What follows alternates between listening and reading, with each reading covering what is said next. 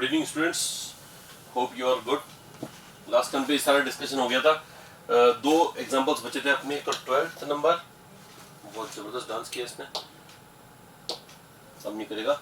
12th number और 24th number, ठीक है ना। ये 12th और 24th, ये दो ऐसे एग्जांपल्स हैं जो कि सॉल्व होने बाकी थे, तो let us solve them also, ठीक है ना। अब हम करते हैं K2HgI4 की बात करते हैं। K2HgI4 है ना। पहले तो बेटा ये बनता कैसे है, फॉर्मेशन देखो इसका। ये कंपाउंड बहुत इंपॉर्टेंट है और इसलिए आप लोग को पढ़ना पड़ेगा फॉर्मेशन कैसे होता है इसका।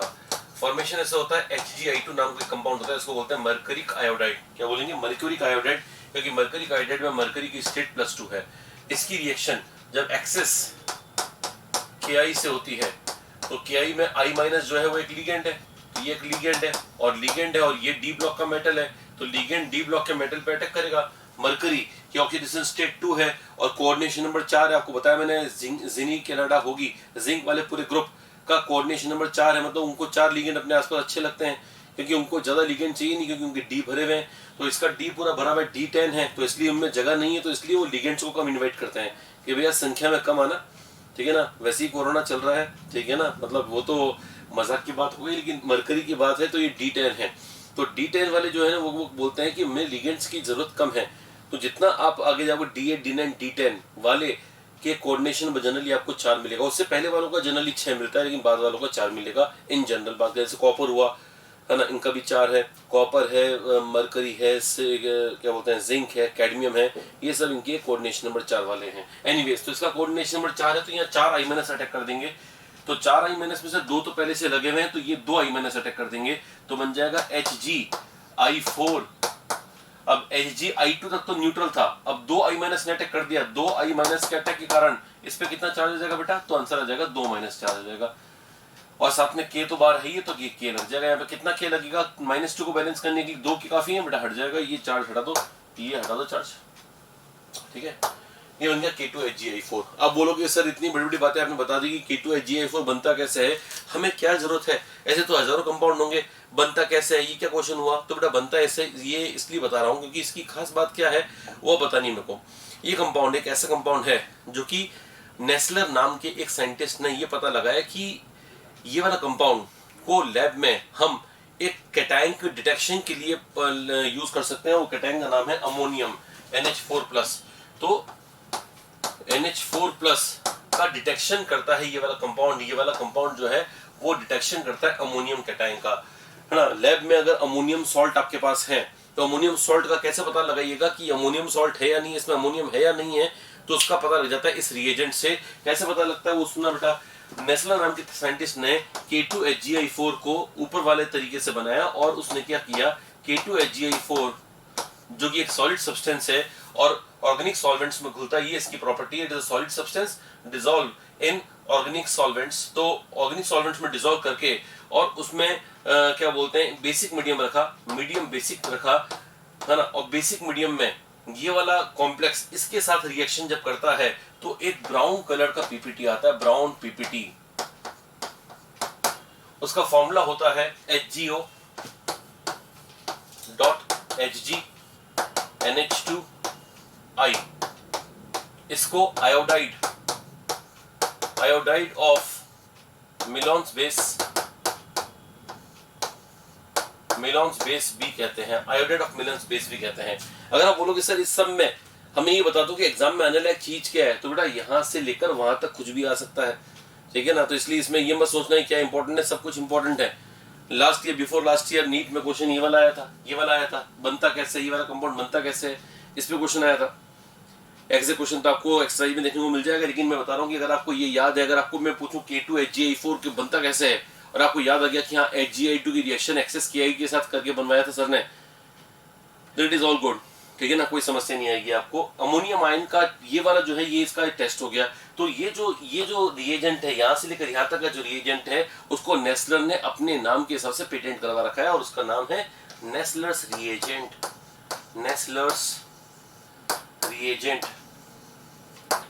जहां तक बात है एग्जाम में क्वेश्चन की, दूसरा क्वेश्चन ये बन सकता है कि बताइए नेस्लर्स रिएजेंट क्या है। जो लोग K2HgI4 को नेसलस रीजेंट याद रखेंगे बेटा वो गलत हो जाएगा, साथ में OH माइनस होना चाहिए, और OH माइनस कहां से आएगा, ये KOH से आएगा। तो इसलिए अगर आप मुझसे ये पूछते हैं नेसलस रीजेंट क्या है, तो दिस प्लस KOH बराबर नेसलस रीजेंट, ये आप याद रख लीजिएगा, ये बहुत जरूरी चीज है। जो सबसे इंपॉर्टेंट हाईलाइटेड है ना, जिसको बोलते हैं कि जो एग्जाम में आने लायक जो चीज है, वैसे तो एग्जाम में ये आ रखा है, इसके लिए मना नहीं कर रहा हूँ कि बेटा ये भूल जाना, ये नहीं बोल रहा हूँ मैं, ये तो याद कर ही लो, लेकिन ज्यादा इंपॉर्टेंट अब जो मेरे को लगता है ना, आ सकता है कि एक बार IIT में पूछ चुके हैं इसको, जब वो AIEEE के नाम से होते थे एग्जाम, तब ये क्वेश्चन आ चुका है कि भैया नेसलस रीजेंट क्या है। उसमें ऑप्शन ये था K2HgI4 ऑप्शन में था, लेकिन आंसर नहीं था, क्योंकि आंसर वाला ऑप्शन दूसरा था जिसमें K2HgI4 प्लस KOH था। तो क्या याद रखोगे बच्चों, पहली बात कि नेसलस रीजेंट क्या होता है, तो K2HgI4 प्लस KOH होता है। दूसरी बात, नेसलस रीजेंट का यूज क्या होता है, तो आंसर अमोनियम आयन का टेस्टिंग करता है। और तीसरी बात, नेसलस रीजेंट में K2HgI4 का फॉर्मेशन किन दो कंपाउंड के मिलने से होता है, तो आंसर है HgI2 प्लस Ki के मिलने से होता है।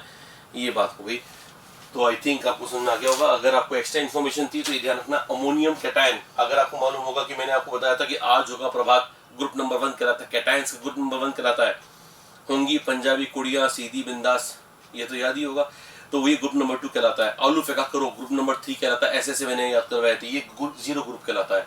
तो अमोनियम आयन कैटायंस की कौन से ग्रुप में रखा गया है, तो जीरो ग्रुप में रखा गया है, यहाँ मैंने लिख दिया है जीरो ग्रुप।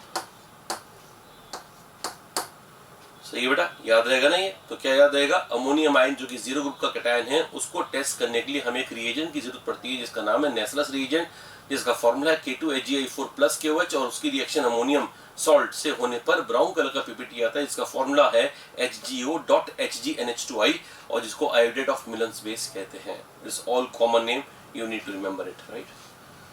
चलिए बेटा आखिरी बात करते हैं, और वह है PS3P का होल थ्राइस RHCl, है ना, ये वाला कंपाउंड की बात करते हैं। तो ये वाला कंपाउंड जो है PS3P का होल थ्राइस RHCl, तो ये वाला कंपाउंड क्या है, ये वाला कंपाउंड है विल्किंसंस कैटलिस्ट, ठीक है ना। मैं यहाँ पे नाम लिख देता हूँ इसका, विल्किंसंस कैटलिस्ट। ऑर्गेनिक में इसको यूज करोगे बेटा, ऑर्गेनिक में ये काम आएगा सर, जब आपको ऑर्गेनिक में एल्कीन्स का हाइड्रोजनेशन करवाएंगे, नाम ध्यान रखना, एल्कीन्स का हाइड्रोजनेशन, वहां पर ये कैटलिस्ट के फॉर्म में काम आएगा। अपने नोट्स में अगर आप नोट्स लिख रहे हो साथ साथ, तो ये जरूर लिख लीजिएगा, the compound Wilkinson's catalyst which has the formula, ये फॉर्मूला याद रखना, PS3P का whole thrice RHCl is used in hydrogenation of alkenes, ये हाइड्रोजनेशन ऑफ एल्कीन्स में काम में आता है, ये आपको ध्यान रखना है। तो आई होप कि आपका ये हो गया होगा। अगर आपकी समस्या ये है कि सर इन सब के नाम आपको बताने थे, तो मैं इन सब के नाम बता देता हूँ। मेरे ख्याल से 9 से लेकर 24 तक ही बचे थे, बाकी सब तो मैंने करवाई दिए थे, और नहीं तो मैं उनको ही बता दूंगा। अभी 9 से लेकर 24 तक सबके नाम एक बार सुन लो। पहले वाले का नाम है बिस डाइमिथाइल ग्लाइऑक्सीमेटो निकल सेकंड, दूसरे वाले का नाम है penta aqua nitrosonium iron first sulphate, तीसरे का नाम है पेंटा साइनाइडो नाइट्रोसोनियम, सॉरी 11th वाले का नाम शुरू से बता रहा हूँ, sodium penta cyanido nitrosonium ferrate second होगा, yes I am right, it is ferrate second. 12th का नाम है potassium tetra iodido mercurate second. 13th का नाम है क्या बोलते हैं, di amine silver first chloride. 14th का नाम है sodium tetra hydroxido aluminate third. 15th का नाम है sodium tetra cyanido zincate second. 16th का नाम है सोडियम हेक्साफ्लोराइडो एल्यूमिनेट थर्ड। 17th का नाम है सोडियम डाइसाइनाइडो अर्जेंटेट फर्स्ट। 18th का नाम है सोडियम डाइसाइनाइडो ऑरेट फर्स्ट। 19th का नाम है डाईएमीन डाइक्लोराइडो प्लेटिनम सेकंड। 20th का नाम है ethylene diamine tetra acetato plumbate second. 21st का नाम है बिस ब्रैकेट में eta 5 cyclopenta di enyl iron second, है ना। ये इसको अपन वो भी बोलते हैं, फेरोसिन भी कहते हैं इसको, ऑर्गेनोमेट्रिक कंपाउंड का एग्जांपल है ये। 22nd का नाम है इसका नाम है जी सॉल्ट ZEISE एपोस्ट्रोफी S जी सॉल्ट ऐसे लिखते हैं इसको, ZEISES जी सॉल्ट।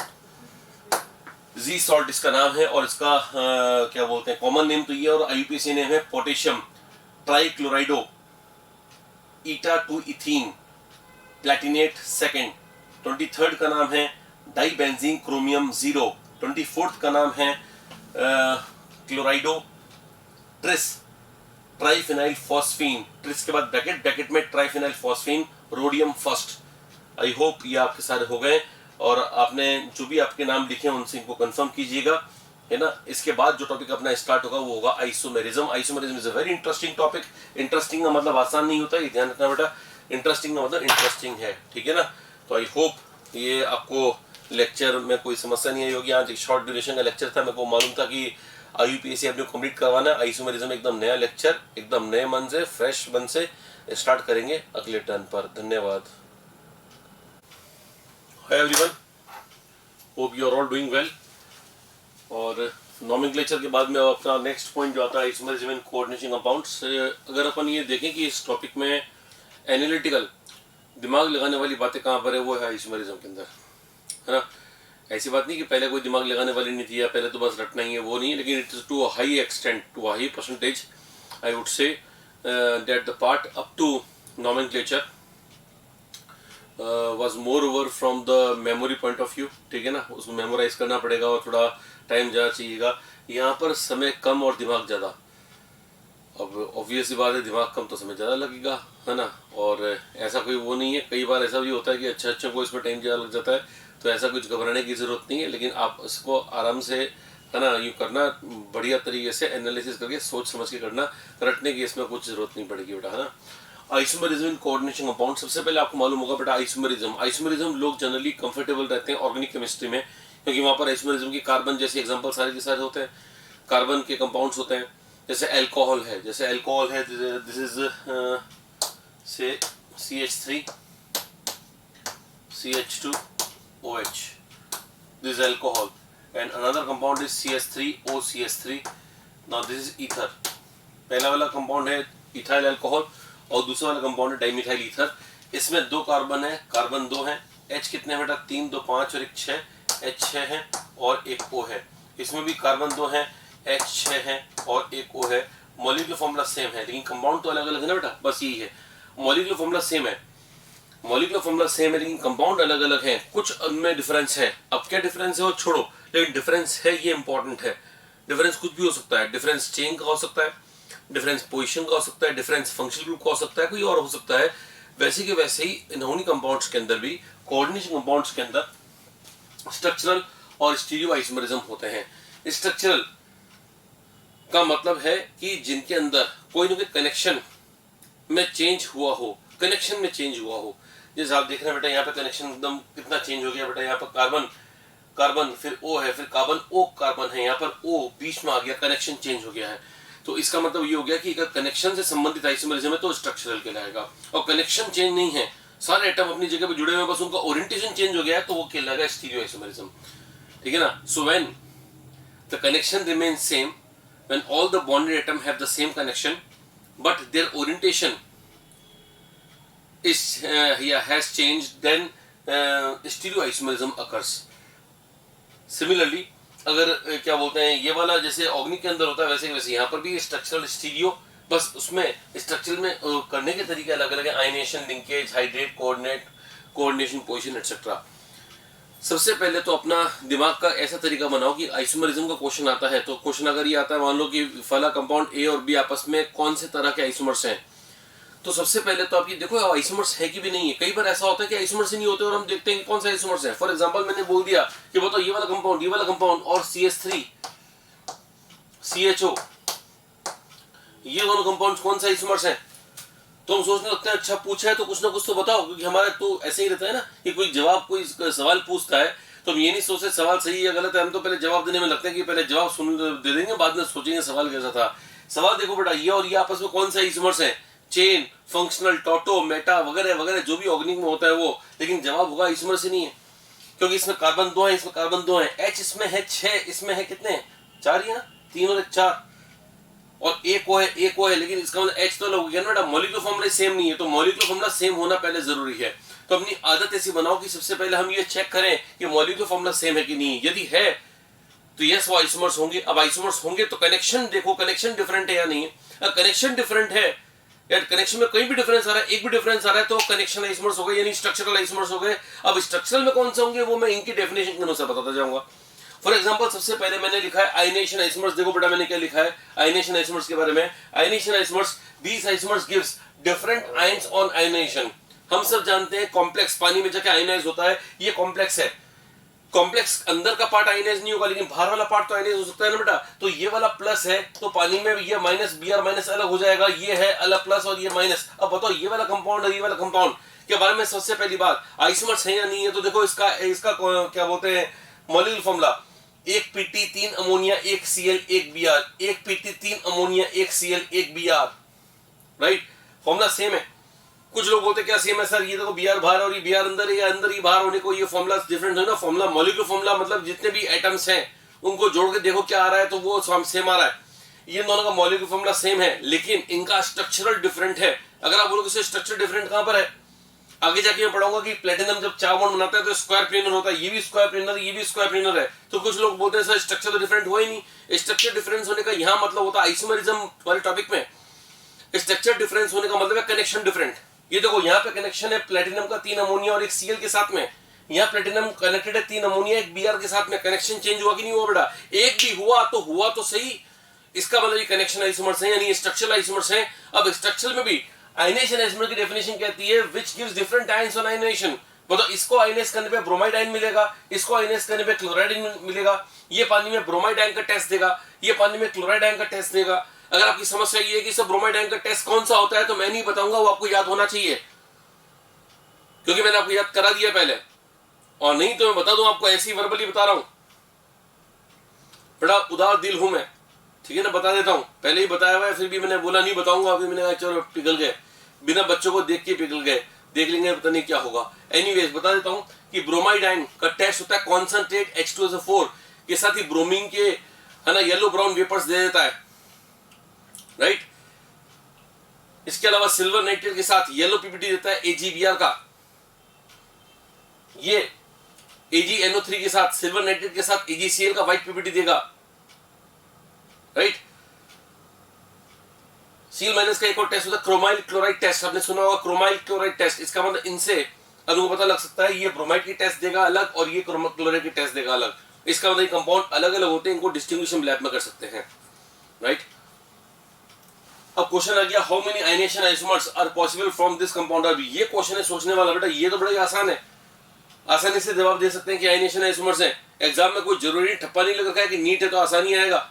हो सकता है थोड़ा घुमा फिरा के दे, घुमाएंगे फिराएंगे तो मैं जानता हूँ ज्यादा आपको बहुत दूर तक नहीं ले जाएंगे, यहाँ तक ले जाएंगे। और कहां तक ले जाएंगे वो देखो, how many ionisation isomers are possible from this formula. अब इसमें ही आयनेशन आइसोमर्स छिपे हुए हैं, हमें पता लगाने कितने हैं। तो पहले तो आप ये बताओ मुझको कि क्या आपको ऐसे कंपाउंड को देखकर कोबाल्ट का यानी जो मेटल है उसकी ऑक्सीडेशन स्टेट निकालने आ रही है, तो जवाब होना चाहिए यस, क्योंकि अमोनिया का चार्ज होता है 0, ब्रोमाइड का होता है -1, सल्फेट का होता है -2। इसका मतलब इस पूरे को 0 रखने के लिए इसको कितना लेना पड़ेगा बेटा, तो आंसर है +3 ताकि ओवरऑल 0 हो जाए, राइट। मैंने आपको बताया था जब किसी मेटल का ऑक्सीडेशन स्टेट +3 होता है तो उसका जनरल कोऑर्डिनेशन नंबर 6 होता है। वैसे भी ज्यादातर डी ब्लॉक के मेटल, अगर मैं वो लास्ट वाले को छोड़ दूं, जिंक वगैरह को छोड़ दूं, मैं जिंक वाले ग्रुप को और उसके पास में कौन सा कॉपर वाले ग्रुप को, जिंक और कॉपर वाले ग्रुप को छोड़ दें तो बाकी सबका general most preferred coordination number 6 है। हर कोई चाहता है कि 6 लिगेंड उसके आसपास आ जाए ताकि ज्यादा से ज्यादा बॉन्ड बन सके और स्टेबिलिटी मैक्सिमम हो जाए, राइट। इसका कोऑर्डिनेशन नंबर 6 है, यानी कि 6 बॉन्ड ही बनाएगा। अब देखो 5 अमोनिया है, अब 5 तो अमोनिया आ गए तो छठा या तो Br होगा या सल्फेट होगा। कुछ बोलते हैं सर 5 अमोनिया आ गए तो आप ऐसा करो ना 4 अमोनिया ले लो, एक इसको ले लो, एक इसको ले लो, अमोनिया बाहर फेंक दो। बेटा न्यूट्रल बाहर कभी मत फेंकना, न्यूट्रल अंदर रहना चाहिए। न्यूट्रल कॉम्प्लेक्स के वीआईपी होते हैं, यूं समझ लो आप। मेरा कहने का मतलब न्यूट्रल लिगेंड्स अगर प्रेजेंट हैं सबसे पहले उनको बिठाओ, फिर जगह बचे तो माइनस को बिठाओ, और जो अगर जगह फिक्स हो गई तो माइनस बचे हुए माइनस को बाहर फेंक दो। फॉर एग्जांपल यहां पर अगर देखेंगे इसका तो कॉम्प्लेक्स बनेगा कोबाल्ट, अमोनिया लगाओ 5, कोबाल्ट का कोऑर्डिनेशन नंबर 6, मतलब ये 6 बॉन्ड बनाएगा, 5 अमोनिया हो चुके हैं, छठा Br तो बाहर आ जाएगा सल्फेट, कुछ लोगों को दिमाग में ये आ रहा है कि सर ये क्या किया आपने, सल्फेट को अंदर क्यों नहीं लिया, तो मैं ले लेता हूँ बात, उन लोगों की पूरी इज्जत करता हूं मैं जो लोग ये सोचते हैं कि सर सल्फेट को भी मौका मिलना चाहिए अंदर, तो बिल्कुल मौका मिलेगा। तो ये रहा दूसरा, कोबाल्ट अमोनिया 5 सल्फेट अंदर और ब्रोमाइड बाहर, ये आ गए 2, तीसरा कोई होगा नहीं। और अगर आपको लगता है कि होगा तो बता देना, मेरे लिए भी नया बात हो जाएगी बेटा। तो इसके अंदर ये 2 आंसर आ गए। तो कुल मिला के क्वेश्चन अगर ऐसा आता है, how many ionisation isomers are possible from this compound, answer is 2। ये this will give the test of sulphate ion and this will give the test of bromide ion. आपके लिए होमवर्क है कि सल्फेट आयन का test क्या होता है ये देखना, और ब्रोमाइड आयन का टेस्ट क्या होता है ये देखना, वो तो मैंने बता दिया था आपको। लिंकेज आइसोमर्स, जैसे कि मैंने आपको बताया कि हाँ यहाँ तो इन सबकी बारी एक बार आएगी, ये हो चुका है बेटा, इसकी बारी आएगी, फिर इसकी बारी आएगी, ऐसे ऐसे चलेगा अब, है ना। तो घबराने की जरूरत नहीं बेटा, है ना। स्क्रॉल बैक करके देख लेना अगर कोई समस्या हो तो। चलो लिंकेज आइसोमर, लिंकेज आइसोमर का नाम सजेस्ट कर रहा है लिंकेज, कुछ ना कुछ लिंकेज का लफड़ा है। क्या लफड़ा है वो देखो बेटा, ये देखो एग्जाम्पल, डायरेक्ट एग्जाम्पल से देखो, फिर डेफिनेशन अपने आप समझ में आ जाएगी। प्लेटिनम या बॉन्ड कितने बना रहा है, तो जवाब है 4, 3 अमोनिया से, चौथा साइनाइड से। साइनाइड में किससे, कार्बन से या एन से, तो कार्बन पहले लिखा हुआ है, साइनाइड एम्बीडेंटेड लिगेंड है, और एम्बीडेंटेड में जो पहले लिखा होता है उसी से लिंक होता है। तो इसमें प्लेटिनम लिंक है कार्बन से, इसमें प्लेटिनम लिंक है नाइट्रोजन से, ये साइनाइड है और ये आइसोसाइनाइड है। बताओ मुझको, इसमें लिंक डिफरेंट हो गया कि नहीं हो गया बेटा, डिफरेंट, थोड़ा बहुत डिफरेंट हुआ लेकिन हुआ। और अगर डिफरेंट हुआ, लिंकेज अगर क्या बोलते हैं, लिंक डिफरेंट हुआ, यानी कि अगर वो उसका क्या बोलते हैं, मैंने जैसे पहले कहा था कनेक्शन चेंज हो गया, तो इसके अंदर वो स्ट्रक्चरल आइसोमर्स हैं, यानी ये दोनों आपस में स्ट्रक्चरल आइसोमर्स हैं, क्योंकि इनका मॉलिक्यूलर फार्मूला सेम है। देखो platinum 1 ammonia 3 1 C 1 N, platinum 1 ammonia 3 1 N 1 C। तो बेसिकली मतलब फार्मूला तो सेम है, फार्मूला सेम है लेकिन कनेक्शन डिफरेंट हो गया, इसलिए कनेक्शन आइसोमर्स हो गए, यानी स्ट्रक्चरल आइसोमर्स हो गए। अब स्ट्रक्चरल में भी डेफिनेशन कहती है कि अगर एम्बीडेंटेड लिगेंड में उल्टा सीधा करने के कारण एक बार किसी और, दूसरी बार अगली बार किसी और से लिंक कर दिया गया है, तो वो आपस में लिंकेज आइसोमर्स होंगे। यानी लिंकेज आइसोमर्स होने के लिए एम्बीडेंटेड लिगेंड होना जरूरी है। ये देखो यहाँ पर, these isomers differ in linkage of a ligand with metal ion, ligand का जो metal ion के साथ लिंकेज है वो डिफरेंट होगा। For this presence of ambidentate ligand is necessary। ये मैंने समझा था बेटा कि ligand के अंदर ही प्रॉपर्टी होनी चाहिए कि उसमें एम्बीडेंटेड कैरेक्टर होना चाहिए। एम्बीडेंटेड नहीं होगा तो 2 अलग अलग केस नहीं बनेंगे बेटा। ये लिंकेज आइसोमर्स हो गए। नाउ अगर आपको पॉइंट आउट करना है कि सर ये लिंकेज आइसोमर्स पहचानते कैसे हैं, तो बेटा सिंपल सिर्फ एम्बीडेंटेड लिगेंड प्रेजेंट है और उल्टा, एक बार सीधा एक बार उल्टा ऐसे लगा रखा है, तो मतलब उसके अंदर लिंकेज आइसोमरिज्म होगा। लेकिन अच्छा क्वेश्चन वापस ये है कि how many linkage isomers are possible with the formula PTEN SCN and NO2। PTEN आप जानते हैं बेटा बाइडेंटेड लिगेंड होता है ना। PT तो यहां पर मान लीजिए ये PT है, यहां पर जुड़ गया EN बाइडेंटेड है, तो मैं इसको ऐसे बना देता हूं,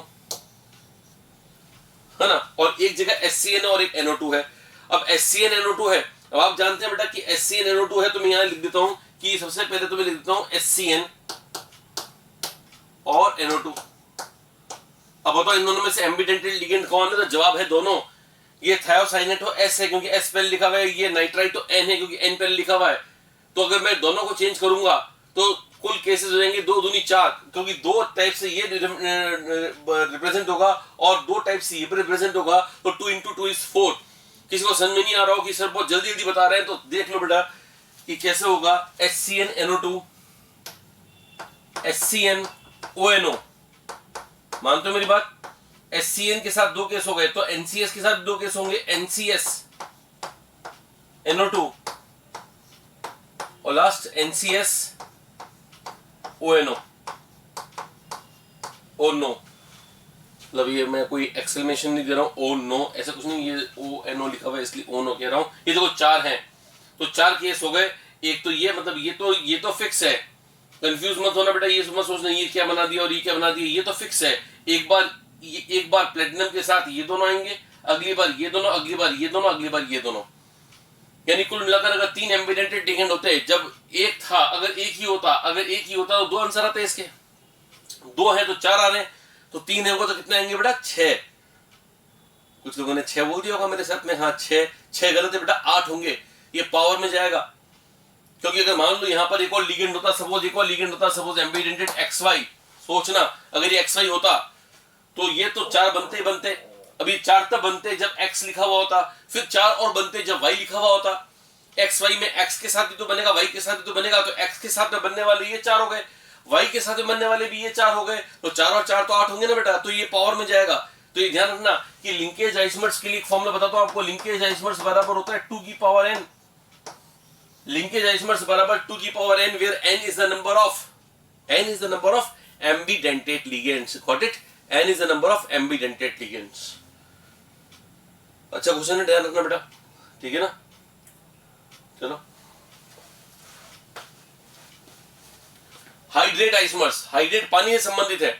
यहां देखो एग्जांपल देखो, यहां पानी 4 है, यहां पानी 3, यहां पानी 5 है, बस पानी डिफरेंट है, इसमें कुछ गड़बड़ है। Cl3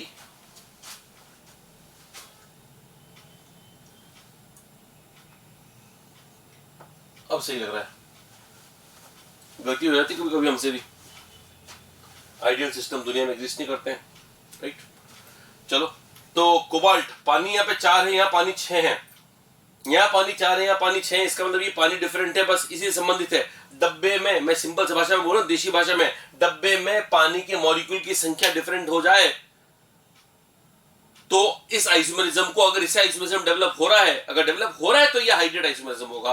कैसे? वो देखो बेटा, कोबाल्ट 1, क्लोरीन 2, पानी 4 और 2 6, और क्लोरीन 1 और, यानी क्लोरीन 3, तो पानी को, इसका मॉलिक्यूलर फॉर्मूला हुआ कोबाल्ट 1, क्लोरीन 3, पानी 6।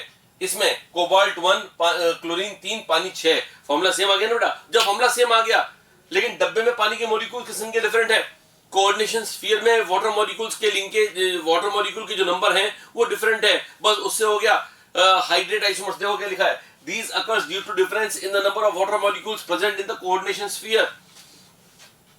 बताओ वाटर कैसा मॉलिक्यूल, न्यूट्रल या चार्ज? तो जवाब है न्यूट्रल। न्यूट्रल बताओ, मैंने कुछ देर पहले क्या कहा था, न्यूट्रल को अंदर रखना चाहिए बाहर, तो जवाब था अंदर, लेकिन पानी बाहर आ सकता है क्योंकि पानी पोलर होता है, हाईली पोलर होता है, तो पानी बाहर भी रह सकता है, लेकिन शर्त है कि कोई ना कोई उसको अट्रैक्शन चाहिए, इस डब्बे पे चार्ज होना चाहिए।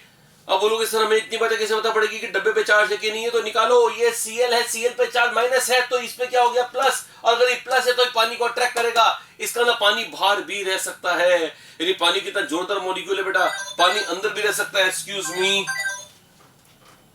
हाँ पानी अंदर भी रह सकता है, पानी बाहर भी रह सकता है, पानी दोनों जगह रह सकता है। I will come back in a moment.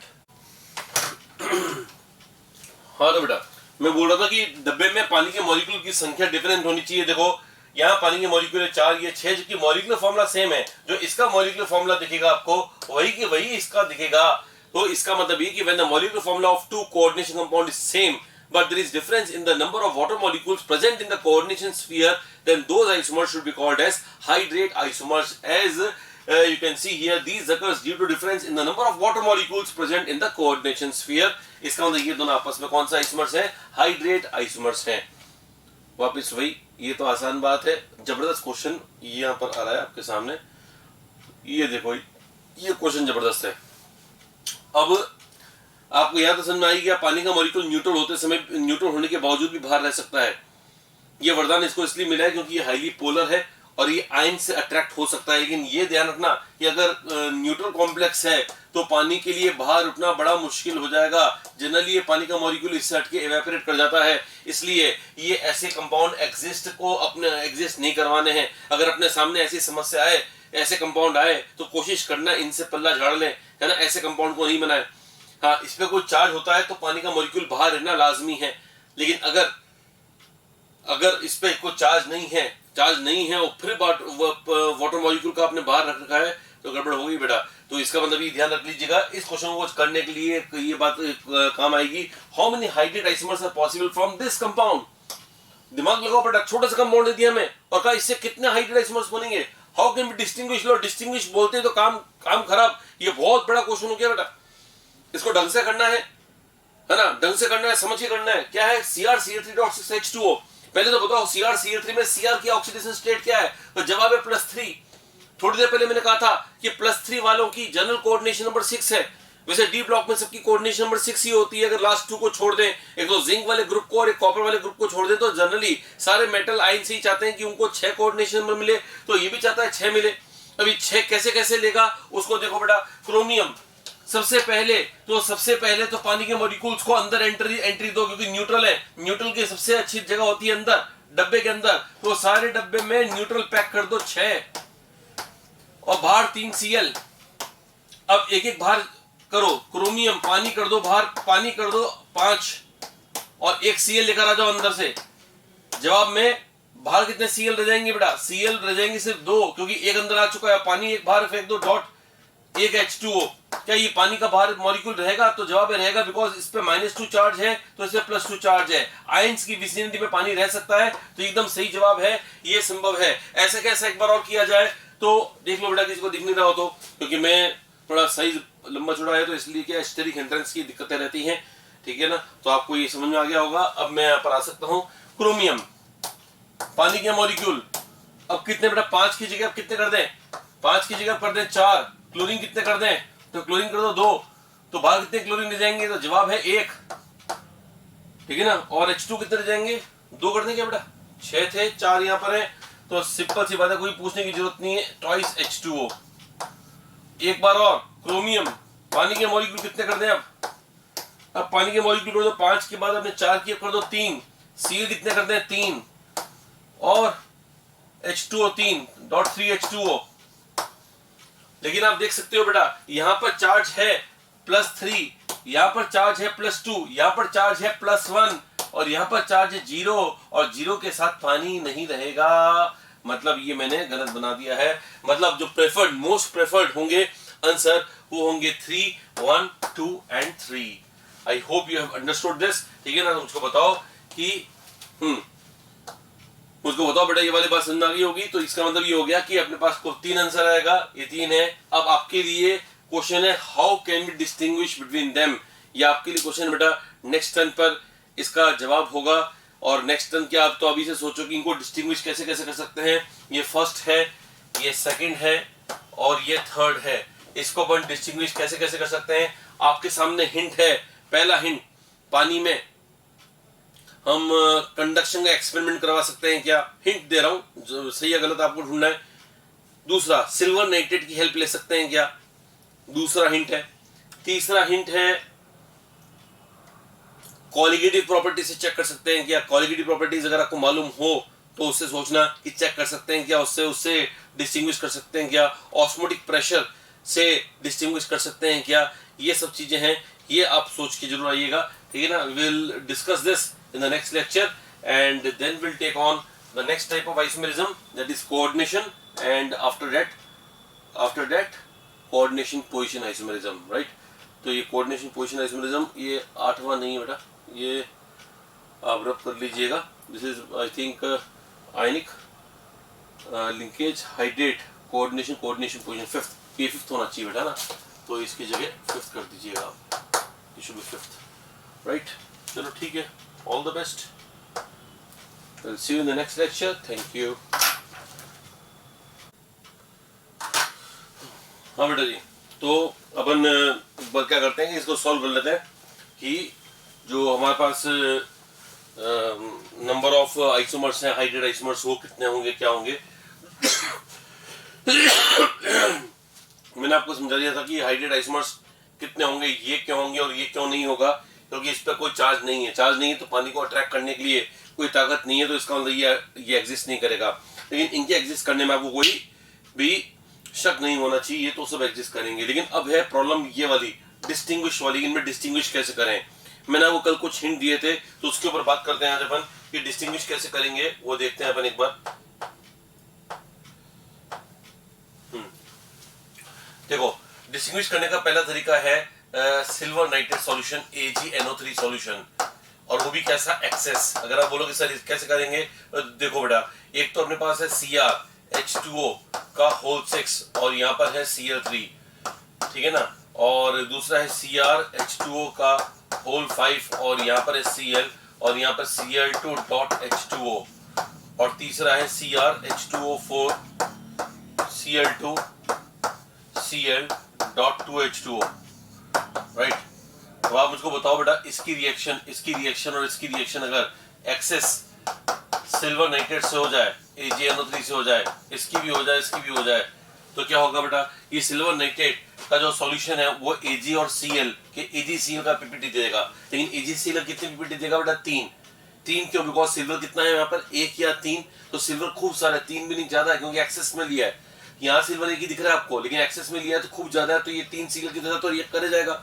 अगर ये एक ही होता, अगर लिमिटेड होता तो हो सकता है 1 मोल भी होता, तो अगर 1 मोल होता तो इसका एक ही Cl को प्रेसिपिटेट कर पाता, लेकिन ये इसका 3 को कर देगा। हम सब जानते हैं कि आज होगा प्रभात की क्लोराइड इंसॉल्युबल है, तो ये प्रेसिपिटेट बनाएगा, ये 3 मोल AgCl बनाएगा, AgCl का पीपीटी आएगा, यहाँ पर 2 मोल AgCl का पीपीटी आएगा, और यहाँ पर 1 मोल AgCl का पीपीटी आएगा। बेटा आप बताओ मुझको कि डिस्टिंग्विश करने का पहला तरीका क्या लिखोगे? अगर आपको मान लो ये थ्योरी में 12th में लिखना है, बोर्ड के क्वेश्चन सॉल्व करो उस समय लिखना है, तो आप ये लिखोगे कि the 3 hydride isomers of CrCl3.6H2O can be distinguished by the reaction with excess silver nitrate because they will give different amounts of the precipitate.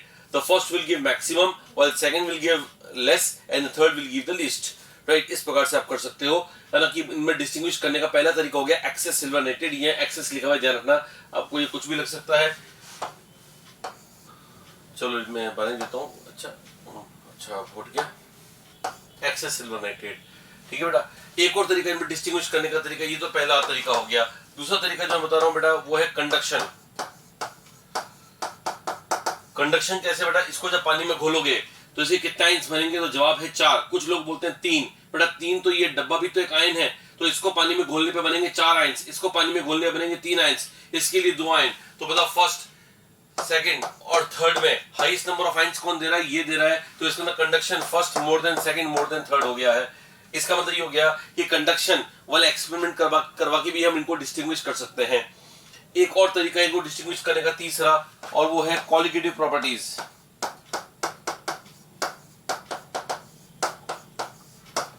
Qualitative properties, अगर आपने क्वालिटेटिव प्रॉपर्टीज फिजिकल में पढ़ ली है तो अच्छी बात है, नहीं पढ़ी है तो ये वो प्रॉपर्टीज होती है जो नंबर ऑफ आयंस या नंबर ऑफ पार्टिकल्स पर डिपेंड करती हैं। यहाँ नंबर ऑफ पार्टिकल्स कितने हैं बेटा? 4, यहाँ पर है 2, यहाँ पर है 1। Qualitative properties proportional to number of particles, proportional to n कर दो इसको, प्रोपोर्शनल टू n। जहां पर नंबर ऑफ आयंस या पार्टिकल ज्यादा है वहां क्वालिटेटिव प्रॉपर्टीज ज्यादा होंगी। क्वालिटेटिव प्रॉपर्टीज के एग्जांपल्स हैं relative lowering of vapour pressure, relative lowering of vapour pressure के बाद में elevation of boiling point, depression of freezing point and osmotic pressure. इन चारों में से कोई भी प्रॉपर्टी होगी वो सारी नंबर ऑफ आयंस की या number of moles of number of particles के साथ बढ़ेगी। यहाँ पार्टिकल ज्यादा है तो इसकी क्वालिटेटिव प्रॉपर्टी ज्यादा आएगी, इसकी कम और इसकी सबसे कम, इसका मतलब क्वालिटेटिव प्रॉपर्टी का ऑर्डर हो जाएगा 1 मोर देन 2 मोर देन 3। उसके अलावा एक और तरीका मेरे पास है इनको डिस्टिंग्विश करने का फोर्थ, और वो है बाय यूजिंग कॉन्सेंट्रेटेड H2O4। अगर आप बोलोगे सर कॉन्सेंट्रेट H2O4 से हम कैसे इनको डिस्टिंग्विश कर सकते हैं, तो बेटा ये कॉन्सेंट्रेट H2O4 एक डिहाइड्रेटिंग एजेंट होता है, so it will eat up all the water molecule which are present outside the coordination sphere, that is these water molecule. This water molecule will be taken away by concentrated sulfuric acid in the outer atmosphere. तो जो sulphuric acid बाहर के atmosphere से आता है वो इस वाले पानी के मॉलिक्यूल को ले जाता है, अंदर तक उसकी पहुंच नहीं हो पाएगी, बिकॉज वो इतना है ना, ऐसा नहीं होगा कि अंदर जो कोऑर्डिनेट बॉन्ड बने हुए उनको तोड़ के भी ले जाएगा, ठीक है ना। तो इसके अंदर कॉन्सेंट्रेट सल्फ्यूरिक एसिड इन पानी के मॉलिक्यूल को डिस्टर्ब करेगा, यहाँ से 2 उड़ाएगा, यहाँ से 1 उड़ाएगा, यहाँ से कुछ भी नहीं उड़ाएगा क्योंकि कुछ है ही नहीं। तो बताओ मुझको कि कॉन्सेंट्रेट सल्फ्यूरिक एसिड से डिस्टिंग्विश करने के लिए हम क्या करेंगे बेटा? तो कॉन्सेंट्रेट सल्फ्यूरिक एसिड से डिस्टिंग्विश बहुत इजीली कर सकते हैं। आप कॉन्सेंट्रेट सल्फ्यूरिक एसिड डालो, यहाँ पर loss of water molecule maximum होगा या कम होगा या मिनिमम होगा। तो कॉन्सेंट्रेट सल्फ्यूरिक एसिड से लॉस ऑफ H2O है उससे अपन डिस्टिंग्विश कर सकते हैं। फर्स्ट में लॉस सबसे कम होगा, सेकंड में ज्यादा होगा और थर्ड में सबसे ज्यादा लॉस होगा। इस तरह से अपन डिस्टिंग्विश कर सकते हैं। तो आप समझ चुके होंगे बेटा इतने सारे तरीके हैं। उसके अलावा एक और तरीका 5वां है और वो है कलर, नंबर और नेचर ऑफ लिगेंड्स। आगे मैं पढ़ाऊंगा कि number and nature of ligands change होने पर कलर चेंज हो जाता है। यहाँ पर नंबर भी चेंज हो रहा है, नेचर भी चेंज हो रहा है। तो नंबर नेचर में से कुछ भी एक चेंज हो जाए या दोनों चेंज हो जाए तो उससे कलर चेंज आता है। थोड़ा बहुत चेंज आएगा लेकिन आएगा जरूर। इसका मतलब लोग इसको कलर से ही पहचान सकते हैं। मुझको इन तीनों कलर्स याद नहीं है, ना याद करने की जरूरत है, लेकिन मैं जानता हूँ कि कलर डिफरेंट होते हैं। इसका मतलब ये हो गया। अभी अगर आपको बात पूरी समझ में नहीं भी आ रही है तो इसको थोड़ा सा आप समय के लिए सस्पेंड कर देना, है ना, रोक देना कि हाँ भाई चलो ठीक है सर आप आराम से बताएंगे जब वो समय आएगा। और वो समय तब आएगा जब मैं आपको कलर वाला टॉपिक पढ़ाऊंगा इसी टॉपिक में। तो आगे जब मैं कलर पढ़ाऊंगा तो मैं डिटेल में समझा दूंगा। अभी बस इतना ध्यान रख लीजिएगा, colour depends upon number as well as nature of ligand, and if we are changing them, so the color will obviously change, so they can be distinguished on the behalf of color as well, right? So now, yes, we can now move on to the next one. Next is the fourth, and that is coordination isomers. अभी तक अपना कौन कौन सा हो चुका है बेटा, आयनेशन, लिंकेज एंड हाइड्रेट, 3 तरह के स्ट्रक्चर पूरे हो गए। अभी चौथा है कोऑर्डिनेशन आइसोमर्स। नाम के कोऑर्डिनेशन आइसोमर्स क्या है बेटा, this occurs when positive and negative both are complex, दोनों कॉम्प्लेक्स हो बेटा। ये देखो पॉजिटिव है, ये नेगेटिव है। अगर आप बोलो कि सर आपको इतने जल्दी कैसे लग रहा है पॉजिटिव, तो मैं अंदाजा लगा रहा हूँ क्योंकि जो पहले लिखते हैं वो कैटायन होता है, बाद में एनायन होता है, इसलिए मैं बोल रहा हूँ ये पॉजिटिव, लेकिन डब्बे दोनों ही ना बेटा। बस शुद्ध देशी भाषा में अगर बोले तो दोनों डब्बे अगर हों और दूसरा भी बनाऊं उसमें भी दोनों डब्बे हों और इस डब्बे को इस डब्बे में कन्वर्ट करने की मैंने लिगेंड को एक्सचेंज किया हो, देखो लिगेंड को एक्सचेंज किया है, तो लिगेंड को एक्सचेंज कर करके अगर मैं आइसोमर्स बना रहा हूं, क्योंकि अगर आप पहले तो ये जैसे मैंने आपको बोला अपनी आदत बनाओ, पहले तो चेक करो आइसोमर्स भी हैं या नहीं है। आइसोमर्स होने के लिए मॉलिक्यूलर फॉर्मूला सेम होना चाहिए। यहाँ प्लेटिनम कितने हैं बेटा, तो जवाब आपका होगा 1, लेकिन मेरा है 2, क्योंकि यहाँ भी देखना ये पूरा कंपाउंड तो एक मिला के एक ही तो कंपाउंड है, 2 तो ही ना ये कंपाउंड, पूरे यहाँ से लेकर यहाँ तक सॉल्ट तो एक ही है ना ये। तो सॉल्ट का कैटायनिक पार्ट है, एनायनिक पार्ट है, तो प्लेटिनम कितने हैं इसमें 2, अमोनिया कितने हैं 4, सीएल कितने हैं 4, यहाँ प्लेटिनम कितने हैं 2, अमोनिया देखो 3 और 1 4 और सीएल भी 3 और 1 4। तो फॉर्मूला सेम है, लेकिन उनका क्या बोलते हैं जो प्लेटिनम है उसका कनेक्शन चेंज हो गया। प्लेटिनम 4 अमोनिया से कनेक्टेड है, यहाँ पे 3 से, ये चौथा सीएल से कनेक्टेड है, कनेक्शन चेंज होती है। मैंने कहा था स्ट्रक्चरल आइसोमरिज्म हो जाएगा, मतलब स्ट्रक्चरल आइसोमर्स हैं। अभी स्ट्रक्चरल आइसोमर्स हैं और डेफिनेशन के अनुसार है ना, अगर कैटायनिक एनायनिक दोनों पार्ट कॉम्प्लेक्स हैं और लिगेंड का एक्सचेंज हुआ है, देखो है ना, एक्सचेंज ऑफ 1 और मोर लिगेंड गिव कोऑर्डिनेशन आइसोमर्स। ये देखो एक लिगेंड का एक्सचेंज हुआ, कोऑर्डिनेशन आइसोमर बन गया। बस एक बात ध्यान रख लीजिएगा, कई बार आप लिगेंड को जब एक्सचेंज करोगे तो एक अवस्था ऐसी आएगी, कंडीशन ऐसी आएगी कि आपको एक कॉम्प्लेक्स पे चार्ज मिलेगा 0 और अगले पे मिलेगा 0। ये तो बड़ा ये प्लस और माइनस है मैं निकाल के प्रूव भी कर सकता हूं कि ये प्लस और माइनस है, फिर भी एक बार के लिए छोड़े अपन कि तो ये ध्यान रखो बेटा कि अगर प्लस और अगर आपने खुद ने निकाल लिया कि 0 और 0 है तो बेटा वो अट्रैक्ट नहीं होते, ऐसे कॉम्प्लेक्स साथ में क्यों रहेगा, ये 2 अलग अलग कंपाउंड हो जाएंगे, है ना। इसका मतलब ये हो गया कि अगर आपको कभी भी आप आइसोमर्स अपने क्रिएट कर रहे हो तो डबल 0 वाला केस को मत लेना। फॉर एग्जांपल मैं बताता हूं आपको, मान लो एग्जाम में आपका ये आ गया, ये वाला क्वेश्चन ही आ गया कि बताओ इसके कितना आइसोमर्स एग्जिस्ट करेंगे, तो देखो बेटा एक तो ये है प्लेटिनम अमोनिया 4 Cl4, अगला ये है प्लेटिनम अमोनिया 3 Cl और अमोनिया Cl3, यानी मैंने क्या किया एक अमोनिया को उधर भेजा Cl को इधर। अगला देखो क्या होगा, प्लेटिनम अमोनिया 2 Cl2 और यहां पर क्या बचेगा, यहां बचेगा प्लेटिनम अमोनिया 2 Cl2, राइट। अब एक और अमोनिया उधर भेज दो तो क्या हो जाएगा, प्लेटिनम अमोनिया 1 Cl3 और इधर हो जाएगा प्लेटिनम अमोनिया 3 Cl1 और अगला प्लेटिनम अमोनिया 0 Cl4 और यहाँ ammonia platinum ammonia 4 Cl0, right. जितने भी तरह से एक्सचेंज कर सकते थे कर दिया है। अब देखो बेटा यहाँ पर देखो फर्स्ट वाला देखो, हाँ sorry for the disturbance, will resume again.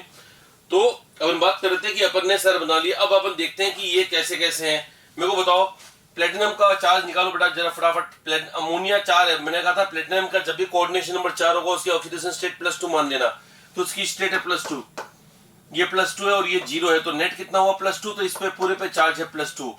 इसका भी कोऑर्डिनेशन नंबर 4 है तो इसका भी स्टेट +2 है और ये -4 है, तो नेट कितना हुआ -2, तो ये +2 है और ये -2 है। अगले वाले में प्लेटिनम तो वापिस 4 बॉन्ड ही बना रहा है, तो ये तो +2 है, ये 0 है और ये -1 है, ये +2 है, ये 0 है और ये -1 है, ये +2 है, ये 0 है, ये -1 है, ये +2 है, ये 0 है, ये -1 है, ये +2 है, ये 0 है, ये -1 है, ये +2 है, ये 0 है, ये -1 है, +2 0 -1 +2 0 -1। अब मेरे को बताओ इस पे 402 आ रहा है, इस पे कितना आ रहा है बेटा 2 -1, 1 इस पे आ रहा है +1 आ रहा है, नेट +1 और इस पे आ रहा है 2 -1 × 3, ये 3 है ना बेटा, -1 लिखा है मैंने, वो तो एक Cl का है, 3 है तो -3 हो गया, तो ये -3 हो गया, +2 है तो ये -1 नेट हो गया, तो ये भी +1 और -1 चार्ज है, तो बिल्कुल ठीक लिखा है मैंने। अगला देखो प्लेटिनम +2 और ये 0 और ये -1 वाले 2 हैं, तो -2 हो गया, तो -2 +2 0, ये 0 और ये 0 है, डबल 0 वाला केस एग्जिस्ट नहीं करेगा। इसका मतलब ये एग्जिस्ट नहीं करवाना, यूं तो आपको करेगा, यूं तो आपको मजा आएगा, अरे यार कितने और तरीके हो सकते हैं, लेकिन ऐसे मजे नहीं लेना क्वेश्चन के साथ, नहीं तो क्वेश्चन आपके मजे ले लेगा, ठीक है ना, ध्यान रखना है आपको। तो यहाँ पर आपने एक्सचेंज किया, एक्सचेंज करने के बाद देखो कि अगला एक्सचेंज करने पर डब्बे पे चार्ज 0 तो नहीं आ रहा है, अगर आ रहा है तो आप गलत कर रहे हैं। उसको इन्वॉल्व मत करो। अब इसके अलावा मैंने क्या किया, यहां गया, अब आप देख रहे हैं बेटा ये वाला कंपाउंड रिपीटेशन है, इस वाले कंपाउंड को मैंने वापस यहां लिख दिया है। आप ढंग से देखो बेटा, प्लेटिनम अमोनिया 1 Cl3, ये देखो प्लेटिनम अमोनिया 1 Cl3, मतलब मैंने उसको यहां लिख दिया और इसको यहां लिख दिया। आप खुद सोचो कोई सॉल्ट है NaCl, उसमें Cl Na लिख के क्या उसका आइसोमर बन जाएगा। कैटायन एनायन को अगर आप एक्सचेंज कर दोगे, जगह उसकी बदल दोगे, तो क्या उसका नाम जो है चेंज हो जाएगा, उसका कंपाउंड का वो क्या बोलते हैं एग्जिस्टेंस का चेंजेस सुने जाएंगे एग्जिस्टेंस में। कंपाउंड तो वही रहेगा ना बेटा। तो मैंने क्या किया है, इस कंपाउंड को वापस यहां लिख दिया है, तो ये गलत है। आइसोमर्स होते हैं different compounds, but if you are writing the same compound in different way, it means you are doing it wrong. Similarly ये वाला कंपाउंड मैंने वापस यहां लिख दिया है, तो ये भी गलत है। यानी कुल मिलाकर ये भी गलत है, ये भी गलत है, ये भी गलत है, तो सही सिर्फ 2 है। इसका जवाब है 2। अगर आप बोलोगे सर ये तो थोड़ा कॉम्प्लिकेटेड है, एग्जाम में ऐसे क्वेश्चन आ गया तो क्या होगा बेटा, तो एग्जाम में क्वेश्चन आ गया तो उसको इजी करने का मेरे पास एक शॉर्ट ट्रिक है। लेकिन देखो क्या है वो ढंग से देखो बेटा, यहां देखो ये देखो ट्रिक मेरे पास ये है कि अगर यह मेटल है उसमें N लिगेंड्स लगे हुए हैं मोनोडेंटेट, अगला भी मेटल है, वापिस मेटल M लिया है, देखो गौर से मेटल M सेम मेटल लिया मैंने, लेकिन लिगेंड अलग लिया L' और यहां पर N है, तो यहां पर टोटल कोऑर्डिनेशन आइसोमर्स बनेंगे N/2। ये याद कर लो, अच्छा तरीका है। वैसे तो मैं ज्यादा अच्छा लगेगा मेरे को अगर आप ये अपने आप घर पे सोचोगे, बैठ के सोचोगे कि ये कैसे हुआ, N/2 क्यों आया, है ना, तो मेरे को अच्छा लगेगा कि if you get through it कि हाँ अच्छा है N/2 इसलिए आया है, क्योंकि मैंने किसी किताब में देख के नहीं लिखा है बेटा। ये तो जब पढ़ते रहे तो अपने आप पता चल गया कि अच्छा ये तो N/2 होगा। तो मैं चाहता हूं वही की वही आप में भी तरीका है सोचने का, because this topic is analytical. हालांकि एग्जाम की बात करें, नीट की बात करें, तो इसमें कोई बहुत बड़े क्वेश्चन नहीं बने, है ना। इस पर भी क्वेश्चन अगर बनेगा तो बहुत इजीली सॉल्व हो जाएगा, मैं जानता हूं। लेकिन आपको है ना थोड़ा एक समय 5-10 मिनट देना कि क्यों हुआ होगा, ठीक है ना, तो आपको अच्छा लगेगा अगर आपको पता चल जाएगा कि N/2 कैसा है। अगर मेटल भी डिफरेंट है तो यहाँ लिगेंड डिफरेंट है, मेटल भी डिफरेंट हुआ, जवाब होगा N। यहाँ देखो बेटा, फॉर एग्जाम्पल मैंने क्वेश्चन लिखा है, find the total number of coordination isomers in, है ना, Pt ammonia 4 PdCl4, metal different है और लिगेंड भी डिफरेंट है, तो ये फर्स्ट केस है। सेकंड केस का आंसर क्या था N, और यहाँ पे N का मतलब कोऑर्डिनेशन में कितना N है 4, इसका आंसर होगा 4, इसका जवाब आएगा 4। अगला वाला देखो वापस, ये क्रोमियम और कोबाल्ट दोनों डिफरेंट हैं और लिगेंड भी डिफरेंट है, मतलब आंसर आएगा 6, ये आंसर हो गया। तुरंत कोई लिखेगा, लिखने में टाइम लगेगा, उससे पहले आप जवाब दे दोगे। इस ट्रिक से बेटा इतनी अच्छी ट्रिक है ये। और अगले वाला का देखो कोबाल्ट, यहाँ भी कोबाल्ट है, मेटल सेम है, तो इसका मतलब अब ये आंसर 6 और 6 नहीं आके 6 का आधा आएगा, बिकॉज अब ये फर्स्ट वाला केस हो गया, तो ये आएगा 3। तो देखते जवाब बन रहा है ये 4 और ये 6 और ये 3। I hope you have understood this topic. अगर आप करके अपनी कॉपी में लिख के एक्सचेंज करके देखना चाहें, मेरी बात को क्रॉस चेक करना चाहें, यू आर वेलकम, है ना, आप कर सकते हैं। बट एट दी एंड आप ये पाएंगे कि ये बिल्कुल सही ट्रिक है, कोई दिक्कत नहीं है। इस ट्रिक को 2-3 बार रिवाइज कर लो। ऐसे क्वेश्चंस अगर आप अपने आप बनाना चाहते हैं, अपने आप बना लो, कोई दिक्कत वाली बात नहीं है। लेकिन ऐसे क्वेश्चन, ये भी हायर लेवल के क्वेश्चन है बेटा, नीट लेवल पे, है ना। मैं आपको ये नहीं एहसास दिला रहा हूँ कि देखो मैं कितना जोरदार वाला पढ़ा रहा हूँ, कितने वो कर रहा हूँ, लेकिन मैं ये बता रहा हूँ कि कैसे क्वेश्चन का ट्रेंड चल रहा है, राइट। तो कई जगह पर जो अपन पढ़ेंगे उससे भी डिफिकल्ट लेवल के बन सकते हैं, लेकिन कई जगह पर मैं जानता हूं ऐसे इससे डिफिकल्ट लेवल नहीं बनेगा। तो this is the top most level. अगर अपन स्ट्रक्चरल आइसोमर्स की बात करें तो उसका बस अपन जो कर रहे हैं क्लास में, it is more than sufficient, उसके आगे सोचने की भी जरूरत नहीं पड़ेगी। चलो आज के लिए आखिरी है कोऑर्डिनेशन पोजीशन आइसोमेरिज्म। ये रहा कोऑर्डिनेशन पोजीशन आइसोमेरिज्म। अब देखो this occurs in bridge complexes. क्या ये ब्रिज कॉम्प्लेक्स है बेटा? अगर आपको लग रहा है कि ब्रिज कॉम्प्लेक्स कैसे पहचानेंगे, तो दो मेटल आपस में एक ब्रिज से जुड़े हों, एक ब्रिज यानी सेतु, ब्रिज होता है ना बेटा, जैसे आजकल काफी सारे ओवरहेड ब्रिजेस बन रहे हैं, ठीक है ना, बनने स्टार्ट हो जाते हैं लेकिन वो खत्म नहीं होते हैं, वो एक अलग बात है, लेकिन बन रहे हैं कहने को। तो यहाँ पर जैसे ये ब्रिज बना हुआ है, यहाँ भी ब्रिज बना हुआ है, तो ये ब्रिज कॉम्प्लेक्स है, राइट। और ब्रिज कॉम्प्लेक्स में, है ना, ऐसा आइसोमेरिज्म एग्जिस्ट कब करेगा? Exchange of non bridge ligand. बस इतना ध्यान रखो, ये ब्रिज लिगेंड है, इनको एक्सचेंज मत करना। ऐसे नहीं कि इसको उठा के बाहर रख दिया, इसकी जगह ये, नो, आपको इसको वहां पे और इसको यहां पे लाना है, ऐसे एक्सचेंज करना है। कुछ लोग बोलते हैं सर ऐसे एक्सचेंज कर लेंगे, इसकी जगह ये, इसकी जगह वो, नो, कनेक्शन चेंज नहीं होगा। अगर आपने इसको यहां कर दिया, इसको यहां कर दिया, तो कनेक्शन तो अभी वही रहेगा ना बेटा। कनेक्शन चेंज करना है, स्ट्रक्चरल आइसोमर्स क्रिएट करने हैं हमारे को, तो कनेक्शन चेंज करने के लिए यहां से वहां और वहां से यहां लाना पड़ेगा। ये देखो और अच्छी तरह देख के बताओ ये और ये आपस में आइसोमर्स है कि नहीं है। जवाब है यस है, क्योंकि सब कुछ सेम है इसमें। प्लेटिनम, पैलेडियम, NH2O जितने यहाँ हैं वो उतने यहाँ मैंने गिन के लगाए हैं। और अब मैंने चेंज क्या किया, यहां से एक अमोनिया उठा के वहां लिखा और वो Cl उठा के यहां लिखा। ये और ये देखो यहाँ पर क्या लिखा, अमोनिया Cl। अच्छा यहां से अमोनिया उड़ा के लिख दिया, यहां से अमोनिया उड़ा के मैंने कहा लिख दिया, इसका अमोनिया उड़ा के मैंने वहां लिख दिया और वहां का Cl उड़ा के यहां लिख दिया, राइट। तो मैंने कौन सा लिगेंड एक्सचेंज किया, ब्रिज लिगेंड एक्सचेंज किया, नॉन ब्रिज। तो आंसर नॉन ब्रिज, ये नॉन ब्रिज लिगेंड है। तो नॉन ब्रिज लिगेंड को एक्सचेंज करने से जितने भी आइसोमर्स डेवलप हो पाए वो सारे के सारे क्या कहलाएंगे, कोऑर्डिनेशन पोजीशन। अब एक नया नाम आ गया, कोऑर्डिनेशन तो पहले वाला था, अब ये कोऑर्डिनेशन पोजीशन। तो बस ध्यान रख लो, कोऑर्डिनेशन पोजीशन आइसोमर्स होने के लिए ब्रिज लिगेंड का होना जरूरी है, ब्रिज कॉम्प्लेक्स का होना जरूरी है। लेकिन हम ब्रिज वाले को क्या वो डिस्टर्ब नहीं करेंगे, हम नॉन ब्रिजिंग वाले लिगेंड को एक्सचेंज करेंगे। इस तरह से जो आइसोमर्स बनेंगे वो होंगे कोऑर्डिनेशन पोजीशन आइसोमर्स। अब आपके जो आने वाले लेक्चर्स हैं उसके अंदर काम स्टार्ट होगा और उसमें ये पढ़ाया जाएगा स्टीरियो आइसोमेरिज्म। स्टीरियो आइसोमेरिज्म बहुत जबरदस्त वाला पार्ट है।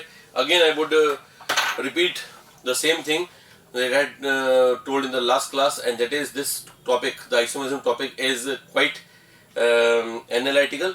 So you have to put in all your brains, है ना। तो आपको ये नहीं कि रटने से काम चल जाएगा, नहीं, थोड़ा बहुत टेक में बता रहा हूँ वो थोड़े मेमोराइज कर लो, अदरवाइज ये अच्छा समझने वाला टॉपिक है। और अच्छा समझने वाला टॉपिक आएगा आपका इसमें नेक्स्ट लेक्चर में, which is stereoisomerism in coordination compounds. Thank you and keep doing well. All the best.